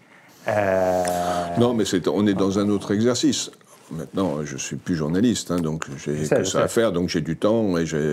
Mais en même temps, quand j'ai fait celle de Pilan, j'étais journaliste. Bah, donc voilà. C'est pour ça que je te pose la question aussi. Comment dire? Mais ça, c'est un problème de plaisir personnel. Je ne vois pas l'intérêt d'écrire des livres qui sont... qui sont des articles allongés, comme il y a le café allongé, il y a des livres allongés on rajoute un peu comme ça, je trouve qu'ils n'ont aucun intérêt. Ou un intérêt minime, il suffit... Je trouve qu'un bon article bien informé, c'est pas la peine souvent d'écrire un livre. Donc, quand j'écris un livre, je préfère, surtout une biographie, en faire une vraie, en essayant de faire une œuvre d'historien, oui. D'ailleurs, les deux biographies que j'ai écrites sont oui, des livres d'histoire. En plus, quand je les ai écrits, les deux personnages étaient morts. Et d'ailleurs, si j'ai pu écrire ce livre sur Lambert, je pense que c'est parce que Lambert était rentré dans l'histoire, et que les langues se déliaient. Que les passions s'étaient quand même beaucoup éteintes, que les enjeux, que les témoins, d'abord avaient vieilli, étaient assez satisfaits. J'ai trouvé chez certains qu'on vienne regarder vraiment comment ça s'était passé. Tu me parlais des retours sur le livre, d'ailleurs, certains critiques, mais parfois très positifs. Comme toujours, ceux qui ont aimé le livre me le disent. En tout cas, il n'a pas été officiellement attaqué, enfin, à part quelques articles, mais je veux dire... Oui, il a été attaqué, critique. Mais comment dire, ça, c'est le jeu. Mais... Ça me paraît tout à fait normal, à mon avis. Il y a eu une réaction de Gluckstein, qui est une scission, qui a été l'héritier, mais qui n'est plus l'héritier. L'héritier déchu. Un truc indirect, disant que je menais un combat contre le socialisme. Je ne sais plus quel autre a dit que c'était un travail de petit bourgeois, ce qui m'a beaucoup vexé, parce que pourquoi petit voilà, mais il y a ça, il y a eu... Mais chez les lambertistes du premier cercle, ceux qui ont réagi de façon plutôt positive. Ils étaient plutôt contents qu'on raconte leur Pierrot. C'est Pierrot de Montreuil. Donc ils me disent ça à tel endroit, peut-être. Mais globalement, il n'y a pas de... Mais comment dire, ça, c'est pas quelque part, c'est pas mon problème. Moi, quand tu écris un livre, après, c'est au lecteur d'apprécier. En même temps, je suis très content quand on me dit le livre est bien. Hein, c'est pas, alors, faire œuvre d'historien, oui, mais on peut, comment dire, je vois pas très bien on peut faire journaliste un jour et historien le lendemain et inversement. C'est pas inutile. Et sur ton image du café allongé, tu m'as pas répondu, mais parce que mais sur les cafés courts, c'est-à-dire ce qui est produit aujourd'hui par la presse, sur le traitement de l'actualité politique. En édition ou dans les journaux? Télé, journaux, non, en télé, radio, journaux, et en tant que lecteur, en tant que... Alors moi, je suis plus journaliste. Je regarde. Justement, je suis plus journaliste. et je n'ai plus les réflexes de journaliste, c'est-à-dire que je regarde de loin, je ne lis pas tout, je regarde peu, et j'entends très rarement. Enfin, je parle de la radio, donc j'ai pas une vue globale. Hein. Moi, ce qui me semble le plus frappant, c'est pas tellement le changement chez les journalistes, c'est l'immense changement de l'économie des médias et de la façon de travailler qui m'étonne parfois, me terrifie, non, parce que je ne suis plus, mais qui me navre souvent. Mais cette nouvelle économie des médias, ou ce système qui se met en place, implique un type de journaliste qui ne correspond pas toujours à ce que j'aime. Est-ce que tu as connu aussi? Oui, il ne faut pas idéaliser non plus. Hein, mais donc, savoir s'ils sont meilleurs ou plus... c'est pas le problème. Le problème, c'est qu'on ne leur demande pas la même chose. Moi, j'ai travaillé dans une presse, surtout une presse hebdomadaire, où on avait du temps, des moyens, on était de la place, on était incité à creuser. Et et quand on creuse, généralement, on vérifie. Et quand on a le temps de s'informer mieux, de ranimer les mémoires, de lire, etc. Donc c'est pas la même chose. Là, ça va à une vitesse, je trouve, folle, avec une information très à plat. Alors, il ne faut pas généraliser. Hein. Moi, pour ce que je lis, je connais, je vois, je lis avec attention certains journalistes qui à mon sens, me donnent ce que je demande, c'est-à-dire de l'information ou des analyses informées. Alors qu'il y ait des publi-reportages non informés, ou des choses écrites trop vite ou manipulées, etc. Mais je pense que cette nouvelle économie favorise ce genre de papier, d'article. Donc tout ça m'incite, moi, personnellement, outre le fait que, d'abord, je suis à la retraite et qu'en plus, on ne me demande rien, donc je n'ai pas de faire ce que j'aime, c'est-à-dire prendre le temps, quand il y a des sujets ou des thèmes qui m'intéressent, de prendre le temps de le faire. Puis j'ai tout mon temps pour cela. C'est pas... Mais globalement, j'ai commencé dans la presse en 81. Une époque où on tape à la machine, avec les stencils à deux doigts, comme ça, où tout est corrigé à la main, c'était à la croix, où il y a des tuyaux, on met le papier qui descend en dessous, il y a des clavistes, et quand sur le coup de midi, l'immeuble se met à trembler parce que les rotatives en dessous commencent, et quand on revient de déjeuner, rue Bayard, où était la croix, on a le journal tout chaud. Curieux, comme là, aujourd'hui, les journalistes sont trimédias, font 3 trucs ensemble, vont très vite, on ne sait plus s'ils sont dans un journal ou sur un plateau de chaîne d'infos, quand est-ce que... Il y a une sorte d'information en temps réel qui, moi, me semble extrêmement dangereuse, mais qui demande, pour qu'elle soit bien faite et avec sérieux et de manière informée, qui demande, à mon avis, un talent et des compétences qui sont hors normes. Et ce que je n'ai pas l'impression de trouver là maintenant. Mais je ne veux pas rentrer dans ces trucs sur « c'était mieux avant ». Oui, d'ailleurs, il y a quelqu'un qui dit qu'il ne faut pas non plus idéaliser la presse d'il y a 20 ou 30 ans. Donc, tu vois, tout à fait, mais tout à fait. Elle avait ses défauts, elle était différente. Moi, je l'ai beaucoup aimée parce que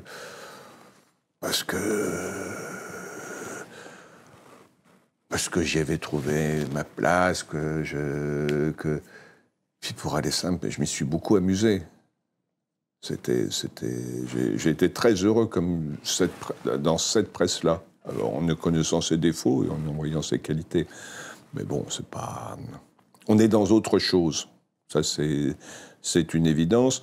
Avec en plus, pour parler du journalisme politique, un système politique totalement déréglé, des modes de fonctionnement ou de dysfonctionnement nouveaux qui rendent obsolètes quand même beaucoup de grilles de lecture, etc. Donc il y a beaucoup à réinventer. Donc je comprends que les journalistes soient perplexes et que si en plus il faut aller vite quand on est perplexe, on fait, à mon avis, au plus simple et au moins intéressant. Tu as vu des questions, David ? Il y a eu un petit problème, je crois, non, non, parce que tu as fait un test chat. Non, c'est parce que moi, je n'ai pas le micro. Je ne pensais pas intervenir. Non, il y a eu des questions en cours de votre conversation, mais qui nous ramèneraient trop en arrière, je pense, sauf une. C'est l'idée des pseudonymes et de pourquoi il a changé de nom et à quoi correspondait cette habitude. Alors, il ne disait pas des pseudos, il disait des blazes. Un blaze. Et c'est-à-dire que ces organisations sont des organisations clandestines, théoriquement. Donc, quand on travaille dans la clandestinité, il vaut mieux avoir des pseudos. En plus, ça devient quasiment un rite de passage de prendre un pseudo. Donc c'est une habitude. Lambert a eu plusieurs pseudos. Lambert, celui qu'il a gardé, enfin, il signait sous pseudo, enfin, c'est tout ça. Son nom, Lambert, il le prend à la Libération quand précisément son parti le retire des organismes de la CGT pour le placer ailleurs, pour le dégager un petit peu. Et il prend le nom de Lambert à ce moment-là. Et là, alors, je l'ai rajouté dans la nouvelle édition un retirage du livre. C'est son ex-gendre qui m'a raconté ça, qui, je crois, l'a écrit sur son blog Mediapart, qui s'appelle Olivier Fraisse. Et je crois que c'est son ex-gendre. Et lui me dit, je pense que, je ne sais pas pourquoi ça serait faux, qu'en fait, Lambert, c'est tiré des Misérables. C'est-à-dire qu'il y a un personnage à un moment dans Les Misérables, j'ai oublié un peu et il dit, il s'appelait Lambert, et Hugo écrit ou fait dire, c'était un nom bonhomme et très rassurant. Et ça, je trouve très intéressant de la part de Lambert, parce que chez Lambert, il s'est toujours présenté comme un homme ordinaire. Il y a d'autres trotskistes, il y en a qui s'appelaient, je ne sais pas, Costa, c'était Cambadélis, ou Saigon, il y en a un autre, ou je ne sais plus, on pourrait trouver... il y avait une recherche, Scali, c'était le nom de Pierre Beau, cherche d'originalité. Lui, Lambert, comment dire, s'il avait pu prendre Dupont, je pense qu'il aurait pris Dupont. Il y avait un côté de... Je me fonds dans la masse, je suis un parmi tant d'autres, je suis dans mon élément inséré dans la classe. Je ne vais pas faire de la psychanalyse de bazar, je reviens un tout petit peu en arrière peut-être sur la discussion, mais cet homme qui a eu, je ne dis pas sans famille, mais qui a eu sans père, a toujours cherché un milieu qui l'accueille, ce fils d'immigré. Il a cherché le cocon protecteur où il est avec les siens. Il a vécu dans c'était pour lui, il y avait Montreuil, c'était la vie de son enfance, On l'appelait Pierrot de Montreuil, Pierrot, alors qu'il n'y habitait plus. Mais enfin, c'était Pierrot de Montreuil. Et puis c'était l'homme ordinaire dans la classe, qui est un parmi tant d'autres. Ce qu'il disait, il avait donné des interviews à un moment. Il disait, vous savez, moi, je suis un brave retraité qui vit depuis 60 ans dans le même appartement, etc. Donc, il aimait bien ce fondre. Et Lambert, c'était vraiment C'était le mieux pour ne pas être original. Je pense que cet homme ne cherchait pas l'originalité. Alors, il y a un dernier point qui me semble intéressant, c'est Victor Amus qui vous a écouté tous les deux depuis le début, qui au début n'était pas très content en disant « mais moi, c'est pas du tout le Lambert que j'ai connu ». Donc oui, j'ai vu la remarque. Il a précisé dans le chat, il a terminé là tout à l'heure en disant que c'était très intéressant, donc il n'y a pas de souci. Mais en fait, la question que ça pose, c'est est-ce qu'il peut y avoir qu'une seule vérité ou qu'une seule façon de voir quelqu'un comme Lambert? Non, j'imagine que pour lui, Lambert était un homme manipulateur, brutal. Non, il n'a pas précisé. Oui, c'est pour ça. J'ai vu. Il n'a pas précisé. Il n'a pas précisé. Il a connu un Lambert de la fin, donc qui n'était pas forcément celui que vous décriviez au départ, au moment où il Mais ce que je veux dire, c'est juste la question du biographe. C'est-à-dire qu'à quel moment on se dit je serai de toute façon dans l'interprétation. Bah. Avant d'interpréter, il faut réunir la documentation, les faits. C'est quand même le... Et là, je pense que j'en amène beaucoup. Après que les faits établis, vérifiés, puissent être interprétés d'une façon ou d'une autre, ça j'entends bien. Ça me paraît évident, surtout pour un homme comme Lambert, qui est, je ne dis pas qu'il est biface, mais enfin, on donnait tout à l'heure la citation de Jospin, il y avait à la fois l'homme de parti, qui était quand même un homme à poigne, qui était... ça pouvait être violent quand même chez eux. On n'a pas de la violence. Et le Lambert, il était royal au bistrot, Lambert. C'était le titi parisien, la casquette, ça etc. Ça pas, il y a un nom de bouquin. C'est Pierrot, quoi. Voilà. Alors, quel est le vrai? Moi, j'en sais rien. Peut-être que cet homme était double. Mais sur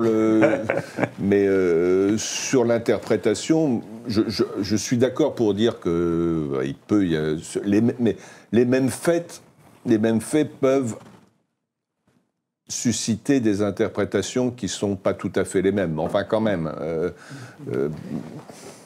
s'informer, regarder les archives, c'est quand même le b.a.-ba. Et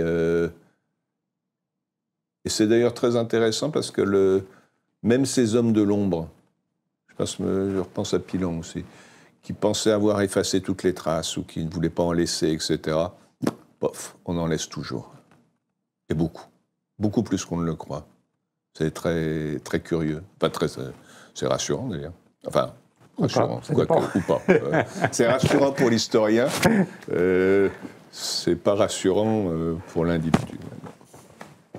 Eh bien, merci, François. C'est moi qui vous remercie. Eh bien, on se revoit bientôt, je crois, mais ça sera, je ne sais plus quand, mais un peu après, dans quelques jours, en janvier. Et ce sera avec? Ça sera avec Ariane Lavrieux, juste après sa convocation, d'ailleurs, sa vraie convocation. Voilà, donc on parlera de ça avec Ariane Lavrieux, qui travaille pour le site Disclose.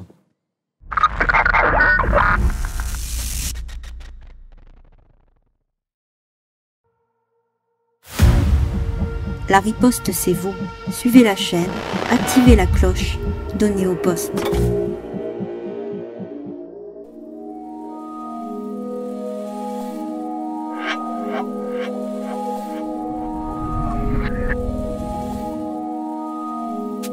Soutenez-nous sur auposte.fr.